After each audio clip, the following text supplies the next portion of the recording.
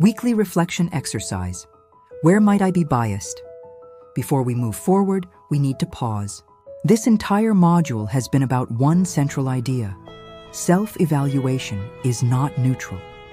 You've seen how most people believe they're above average. Confidence can rise faster than competence. The ego protects identity. Self-deception is subtle and ordinary, and feelings are not the same as measurement. Now the question becomes personal. Where might you be biased? Not theoretically, specifically. This exercise is not about self-criticism. It's about calibration. Because growth doesn't begin with doubt. It begins with clarity. Let's start with something simple. Think of one area in your life where you feel confident. It might be leadership, communication, decision-making, emotional intelligence, productivity, self-discipline. Choose just one. Now ask yourself, what objective evidence supports my belief about this ability? Not impressions, not feelings, evidence. Is there measurable improvement? External feedback? Clear outcomes? Repeated success over time? Or is your confidence primarily internal? There's no judgment here, just awareness. Next question. Who has challenged this belief? Not who has confirmed it, who has questioned it? Have you received corrective feedback in this domain? If not, why not? Is it because you truly operate at a high level? Or because you haven't created a feedback loop? Remember, absence of criticism is not proof of excellence. Sometimes it's proof of distance. Now let's go deeper.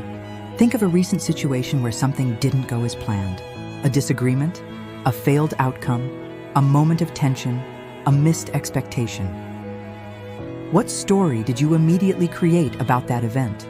Did you blame circumstances, other people, timing, misunderstanding? Maybe those explanations are partially true, but ask yourself, what part of this situation might I have contributed to? Even 5%. Bias often hides in the portion we refuse to examine. Another question, where do I rely more on feeling than measurement?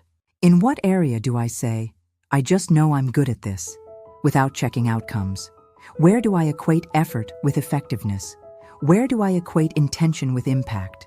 Where do I assume clarity without confirming understanding? These are subtle gaps, and subtle gaps compound over time. Now consider something uncomfortable. Where does feedback feel threatening? Which domain of your life feels most personal? Where does correction feel like identity attack rather than information?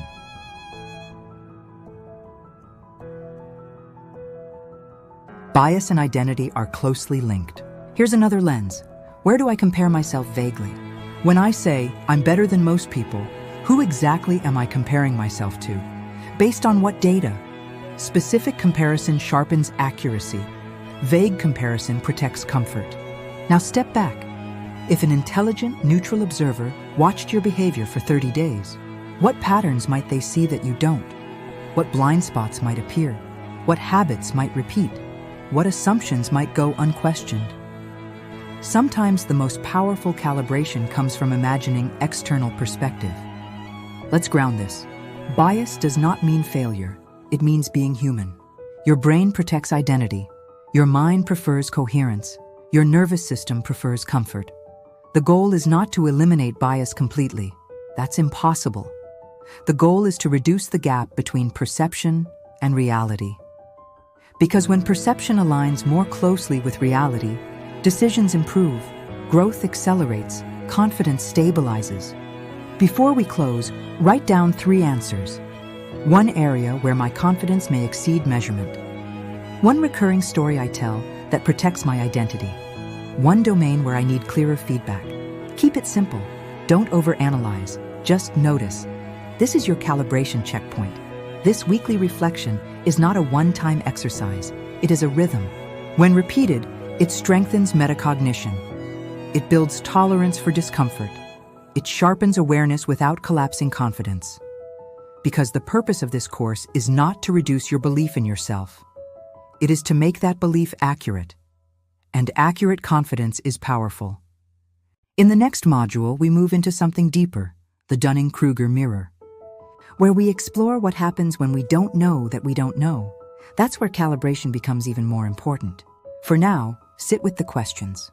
Clarity is uncomfortable at first, but it is the foundation of real growth.